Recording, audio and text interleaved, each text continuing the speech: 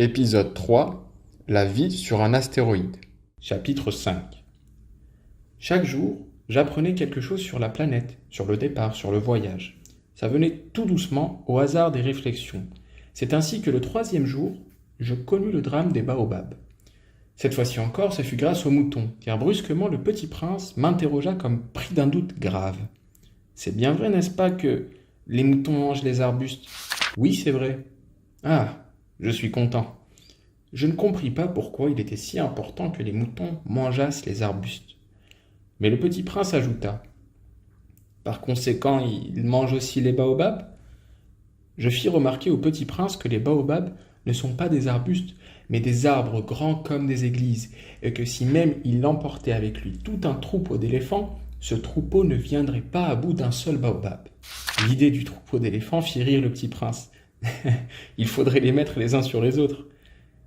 Mais il remarqua avec sagesse: Les baobabs, avant de grandir, ça commence par être petit. C'est exact, mais pourquoi veux-tu que tes moutons mangent les petits baobabs? Il me répondit: Ben voyons, comme s'il s'agissait là d'une évidence.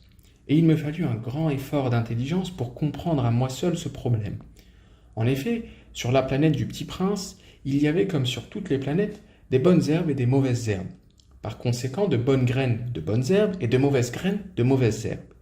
Mais les graines sont invisibles, elles dorment dans le secret de la terre jusqu'à ce qu'il prenne fantaisie à l'une d'elles de se réveiller.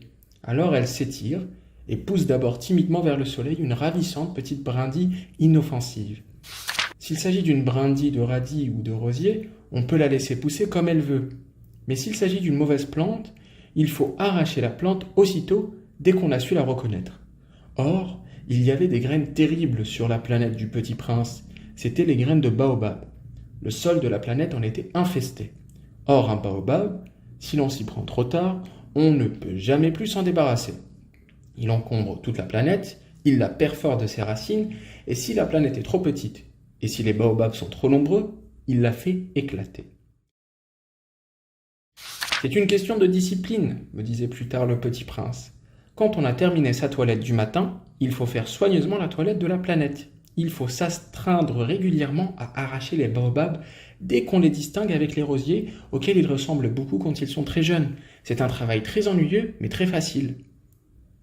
Et un jour, il me conseilla de m'appliquer à réussir un beau dessin, pour bien faire entrer ça dans la tête des enfants de chez moi.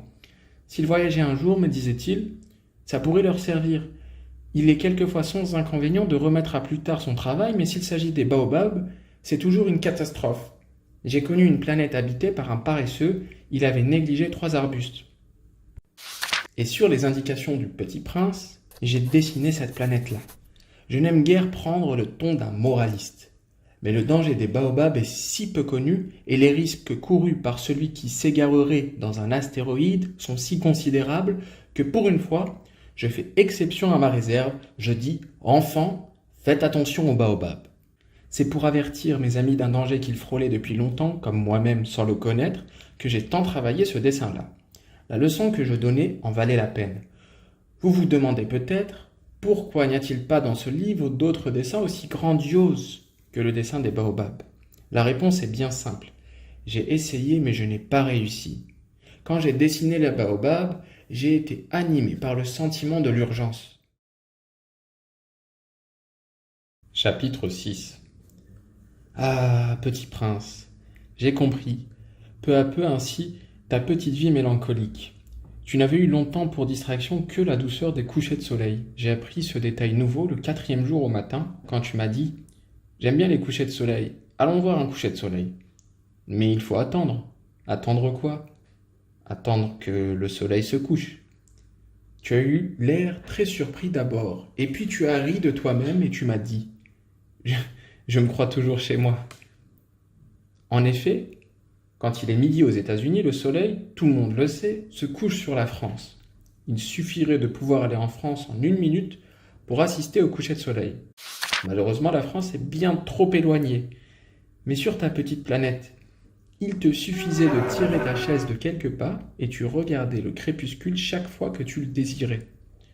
Un jour, j'ai vu le soleil se coucher 43 fois. Et un peu plus tard, tu ajoutais « Tu sais, quand on est tellement triste, On aime les couchers de soleil. Le jour des 43 fois, tu étais donc tellement triste? Mais le petit prince ne répondit pas.